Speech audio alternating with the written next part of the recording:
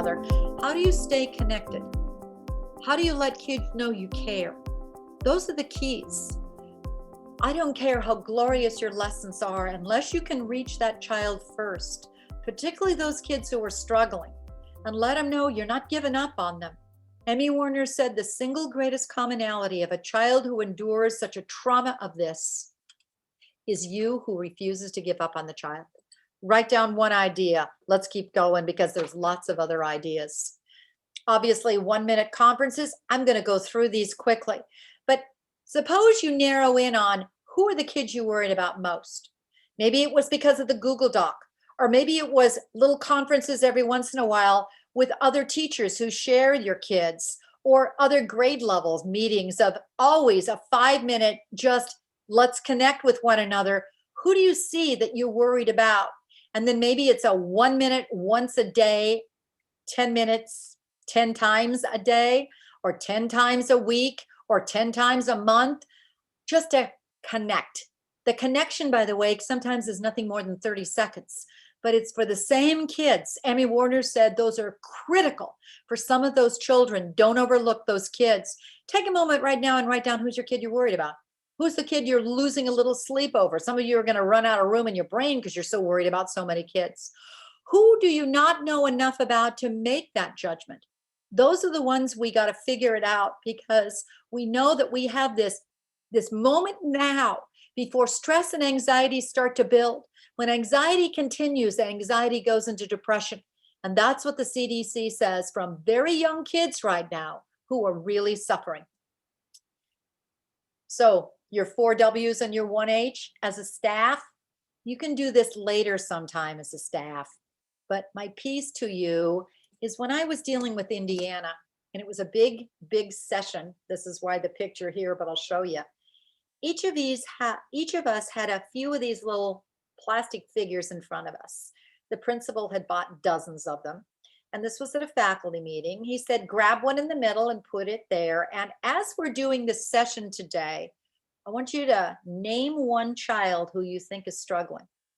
Hold on to that kid or keep that kid in front of you, or you can put it down on an index card. And as I was Dr. Borba, as Dr. Borba, Michelle, is doing this session today, I want you to keep applying that idea to that one kid, how you can adapt it to that one child. Who concerns you? What are you going to offer that child? Who can help work with you? Custodian, the cafeteria worker, the secretary, the teacher next door. How are you going to help? How are you going to let that child know I'm not giving up on you? And when are you going to reach them? Particularly during Zoom times. Is there a 1 minute a day you can reach that child? The first step is let's figure out how to help that child. There's dozens of ideas. You know that once we get to that, we can always in our classrooms ask, how would you feel if that happened to you? What would you need in order to feel better? Those are all parts of Unselfie, and it's the great question. You can also do that when you're reading those powerful books. We do know that literary fiction is highly correlated to resilient children. Do you know that resilient kids have hobbies? They have something to backlog on. So during the heat of the moment, they have either a book, or maybe they knit, or maybe they like music, or maybe they do woodwork. Some of those hobbies aren't part of our kids' lives because they were so scheduled. Maybe this is the perfect primetime moment to make sure books are part of their lives. Books that help ignite their empathy and their heart. These are just a few of them. The teens say, and little guys say, are the ones that really impact them the most. We know that literary fiction, books that help us step into the shoes of another character, are the ones that actually, right here is where compassion is in your head, stretch that part of your brain. Not necessarily chapter books, but literary fiction. It's why Wonder is the best-selling book across the country right now for kids, because it's literary fiction. When I ask middle school kids, what's the #1 book that you hope that your teachers always assign kids? The book was written 50 years ago. The Outsiders continues to come up. And I ask them, why? What's so special about The Outsiders? Inclusion. It makes us realize how we need to include other kids and how bad it feels when you leave kids out. The 100 Dresses. Oh my gosh, the 100 Dresses by Eleanor S. is incredible, about the little girl named Wanda, the Polish immigrant who was made fun of all the rest of the kids.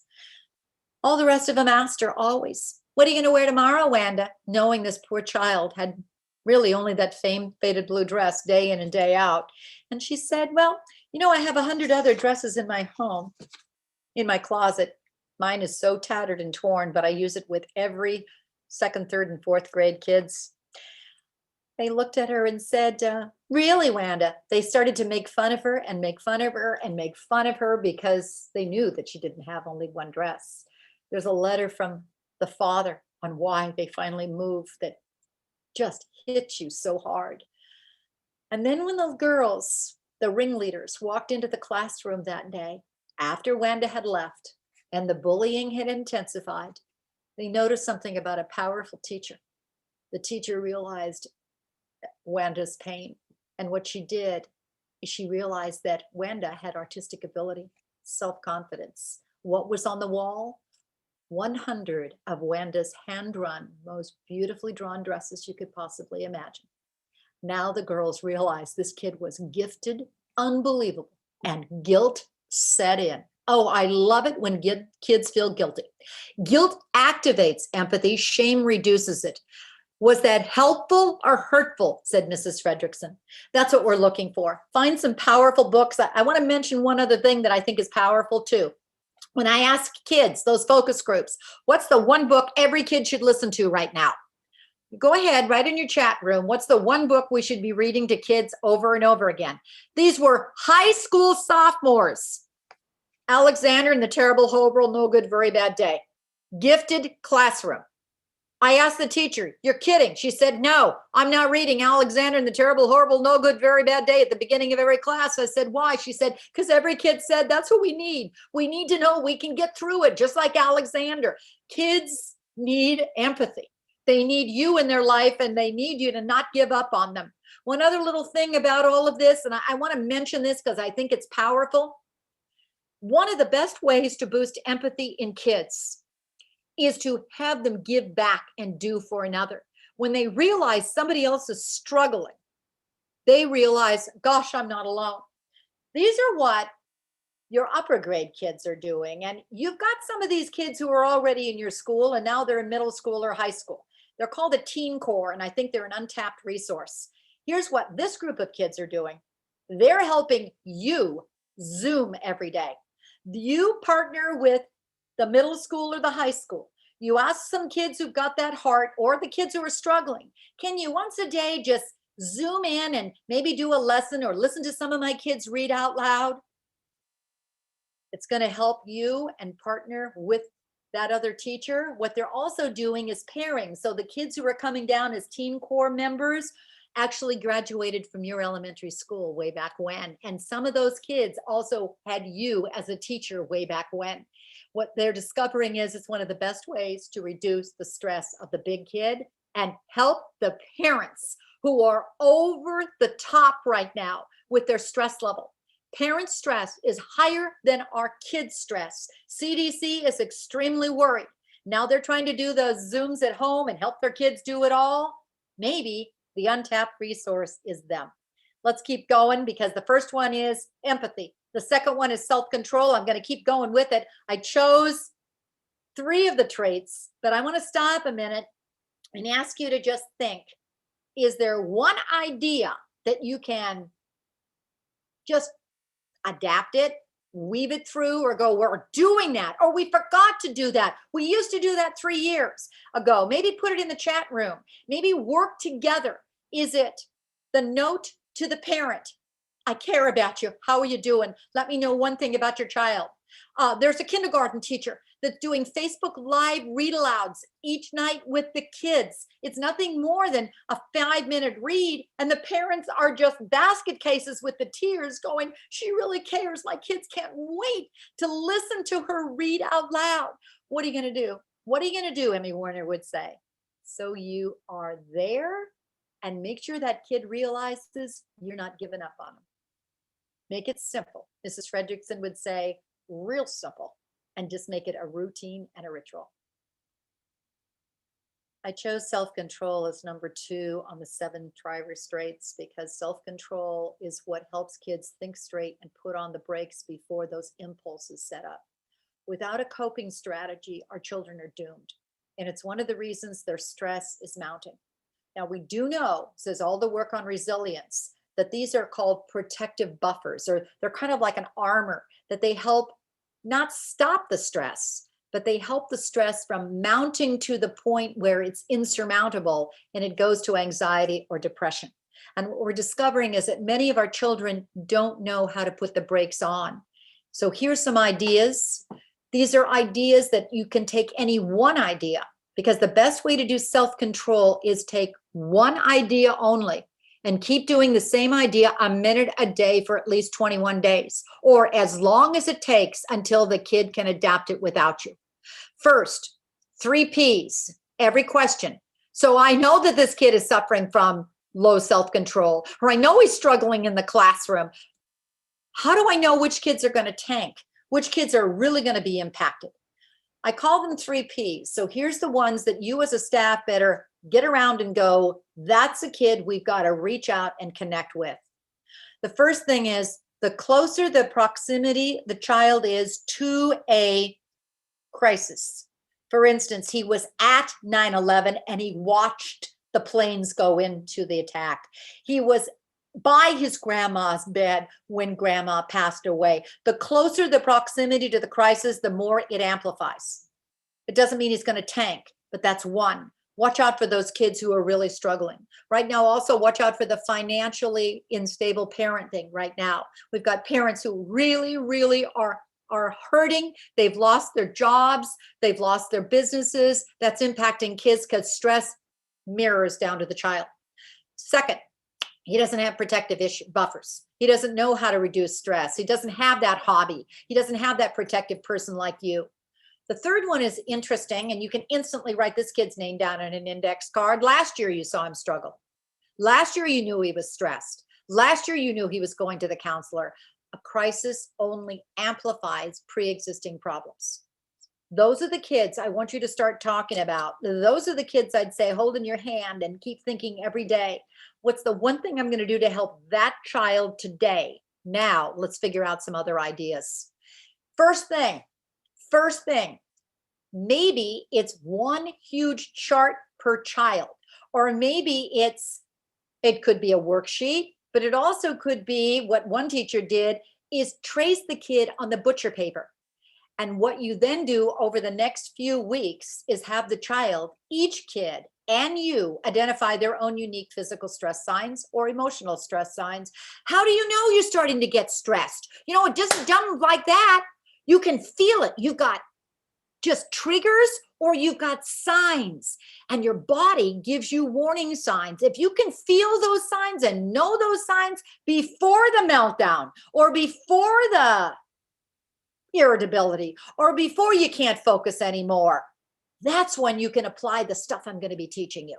So what I'm saying is that every kid is different. There's no cookie cutter approach, but some kids it's reoccurring. My head hurts. You can watch them. They'll start to go like this.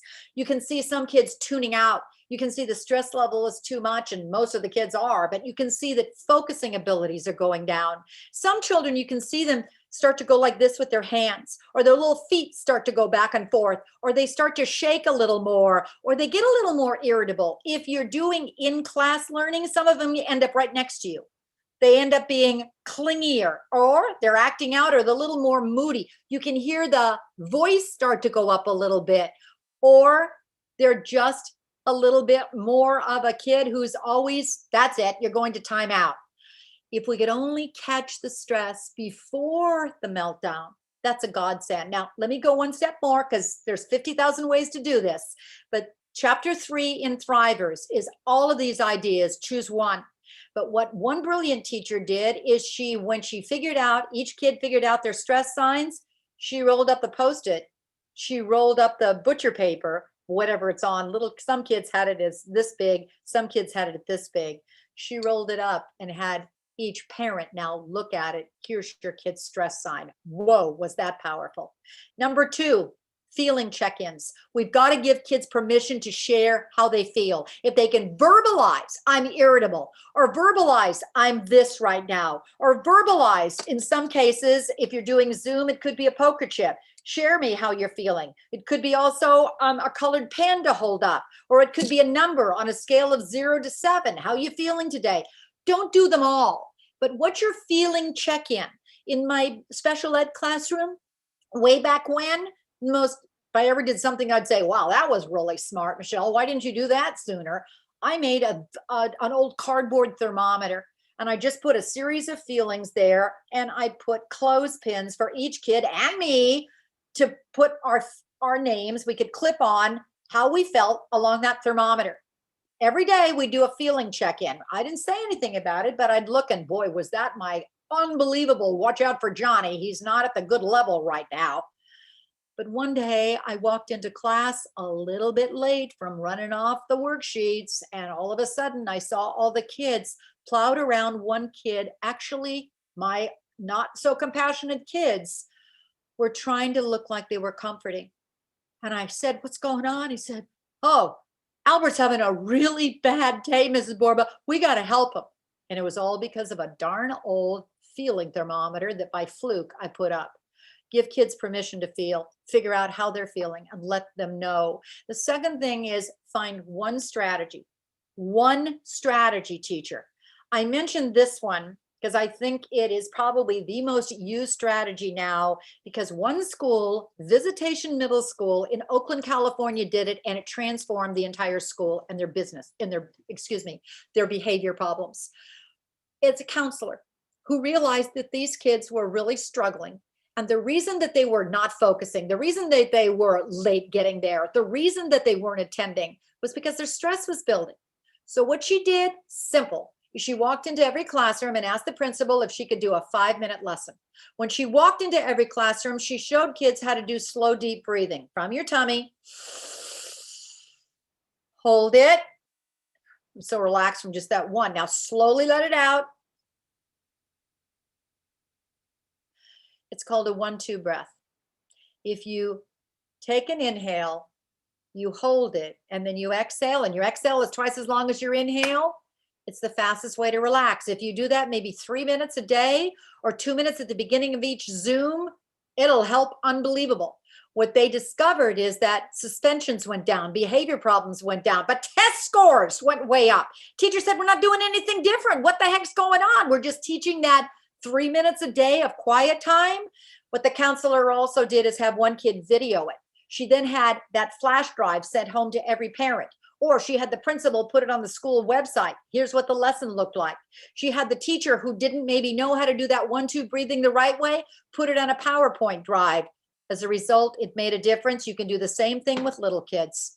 1-2 breath, hands on tummy, inhale, exhale. What they're doing in that classroom is slow, deep breathing using froggies and turtles. So they give them a ride up and down, up and down.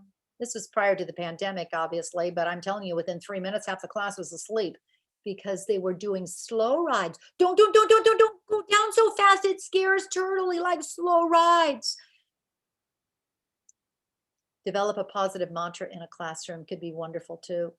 I learned this from Navy SEALs, and it could be, we can handle this. We can get through it. We'll make it happen. It'll be okay.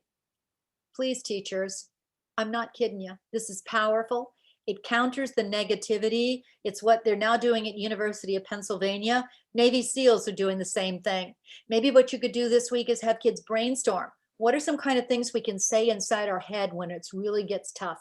And then at the beginning of each Zoom, have kids keep adding to the list until pretty soon you vote. You can have your own personal mantra. I'm going to do, it'll be okay. But our class one, because the rest of the kids voted on, is we're going to find a way. And then at the beginning of each class, you start it. And it would be Mrs. Fredrickson. Let's keep saying the same thing until each kid finally develops it.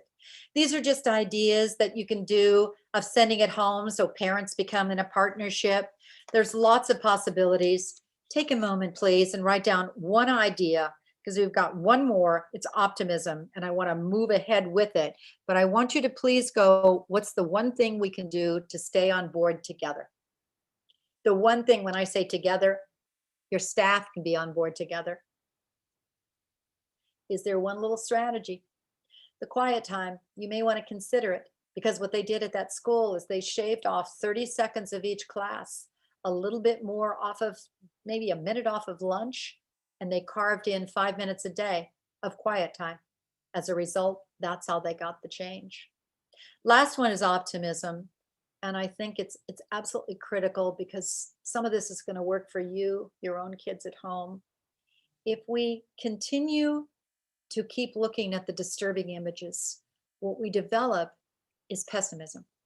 Thrivers find the silver lining. It doesn't mean they're Pollyannas. It doesn't mean they're Little Miss Sunshines, but they find a way to counter the negativity. Because if the negativity continues, it absolutely derails your children's reservoir for resilience. What happens is the pessimism begins to be pervasive and permanent, and they don't see a way out. And so they begin to feel helpless. Here's ideas, and I'm just going to just throw you one. These are all based on science. Every idea I'm doing in Thrivers, the book, is let's do science-backed stuff that we know works. And the first thing is good news. This is based on science. This is Jonathan Haidt, and what he's found is that if you keep looking at those dismal news of how many deaths there are today, after a while it derails us all. I would always suggest to parents, turn off the dismal news, but instead find good stuff about real kids. What many teachers are doing are a daily good news report. Some teachers are actually pasting them onto index cards. They are getting other kids to do a Google alert for Good News Google, paste it on the index card, and then maybe you can start the Zoom for upper grade kids. This is true. This is a 10-year-old and a 15-year-old sister. They're Philadelphia. They got so tired of the bad enough stuff that was coming up each day on the news that they finally said, enough is enough. This is making us feel bad. So they took their phone, went downstairs into their basement, and started doing a 1-minute video about good stuff that other kids are doing around the neighborhood. And they sent it off to some of their friends. Some of their friends showed it to their parents, and the parents said, would you tell those girls to keep doing those good news videos? The good news videos are going viral because kids and parents want them. The coolest thing I saw a superintendent do in Long Island, the high school kids said, we are so tired of the bad stuff that's hitting the news. Think about it. Watching live murders in front of you, watching horrific Capitol insurgencies, watching the police get absolutely slammed against barriers. It's so horrific. So here's what they're doing. They said, can't you just buy a great big huge plasma screen and put it in the middle of the quad? Why, said the superintendent? Because then you could, when we walk into school, it could be loaded with good stuff that's happening in the world. I happened to walk into that school prior to the pandemic, and all the kids were loaded around this huge plasma screen, and it was showing good stuff. Most of that good stuff was happening from the kids were reporting it. You start the report. Here's another one. Elevating images have a contagion effect. If you're a music teacher, this is a gold mine. True stories, but each one of these alone can be a story that you do in your classroom. The true story is about the 2 kids who were so worried about the inbound neighbor in Ohio down the street. Mom, can we just go and do a cello concert? Because they love to play cello. We'll just be on a report. We're on our porch, Mom, and we really will do social distancing. So they brought their cellos. They started to play. Mom took a video of it. She posted on Facebook Live. It helped the inbound neighbor, but it helped the world because the Facebook went viral. Now kids from 3 states over said, I can do that with my ukulele. Other kids over, I can do it with my trumpet. Kids across the country are now doing neighborhood elevating music concerts just to make people happy, but it also makes them feel happy.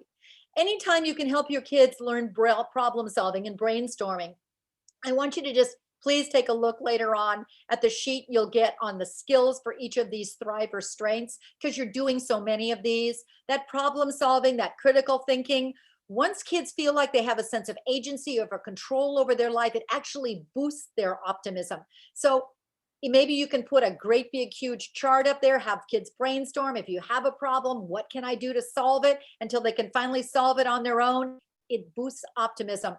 for older kids, this is never going to go away. We're all going to die. Then you put the trauma in perspective, and you can do it actually, 4th, 5th grade teachers with history. Have them study the World War I and the Spanish pandemic, or AIDS, or polio, or Ebola, and say, everybody had a problem. It was a crisis, but they got through it because there was an end in sight. Kids need to see the end in sight. That's what we're looking for. I did mention the student tutors, but I'm telling you, I'm passionate about this because I've interviewed so many kids who are now doing it. These girls who said, you won't believe what a difference it makes. We're going back to our old elementary schools. We're helping them, but it's helping us. It's giving us a sense that we can do something and make a difference. We've got myths of resilience, don't we? That sometimes too many people think it's another program, that it's part of my DNA, or it's that kid's temperament, or it's fixed. What we do know about resilience is that it's ongoing, it's teachable, and it creates amazing difference on a child's life. There's dozens of skills that make up resilience. The 7 traits are ones that matter most. The book is Thrivers, the 7 reasons, the 7 traits that are really going to make a difference on helping kids be a peak performer, but also build their reservoir for resilience. I think of all of those, my takeaway for you right now, because I also want to save some time for any of you who have questions, is back to empathy and not teaching it to the child, but back to empathy on how you're going to reach the child. How you're going to let them know that I'm here for you. And I know you're going through a tough time, but I'll never give up on you. It doesn't have to be 150 kids, but maybe it's that one child that's causing you a little bit of stress each night. You worry. The good news, as Emmy Werner said, you can make a difference, because if you don't give up, you have perseverance in a different way. It's your perseverance and your empathy together that makes the difference. There's one final thing I want to point out about these strengths that I never recognized, because every teacher was saying, so which one should I start with and which one is the most important? And I finally realized something.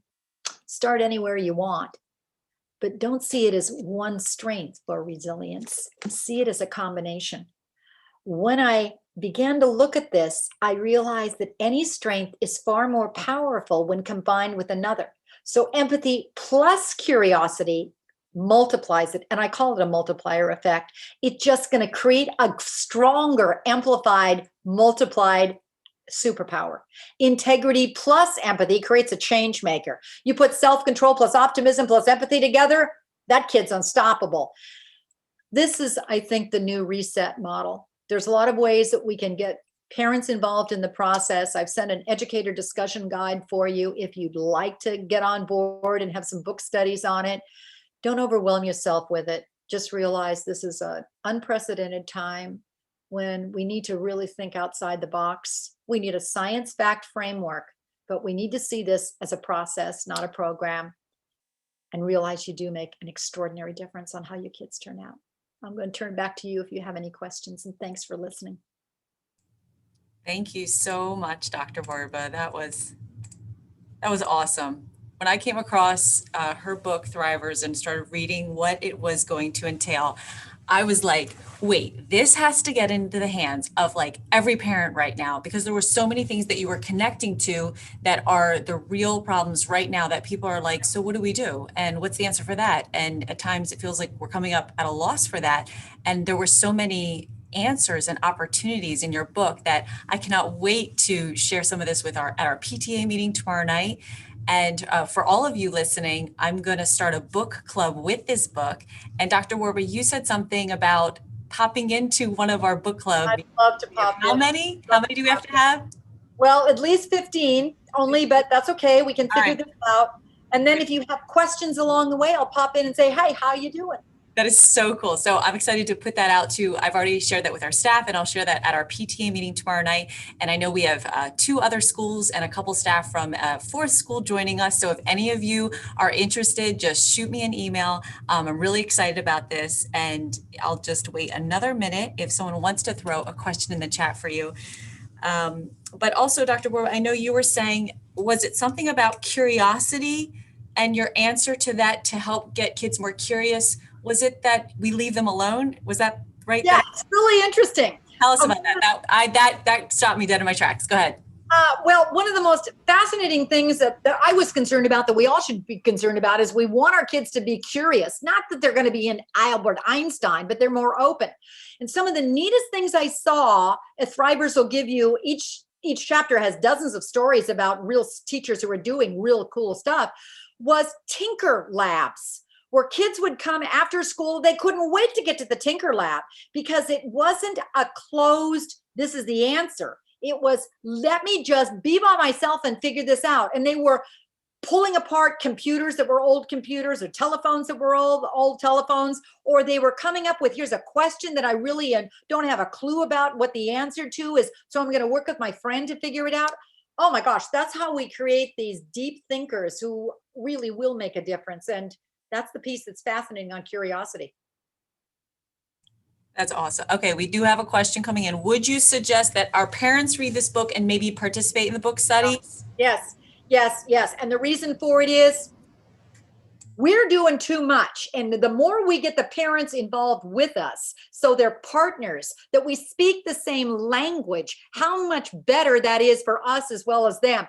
Therefore, I would say, for instance, maybe you want to do that 1+2 breathing.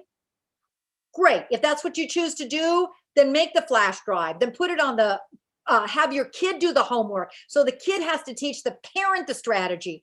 Then they would be reinforcing the same thing that you're doing in the classroom. If you can put it on your website, it's even better. I would love that. I wrote this book for parents, but you know who's embracing it? Of course, it's teachers and counselors. But now it's like, hey, we're doing so much work already. We're going to maximize our own lessons if we somehow get them to the plate. The other thing I saw was in Japan.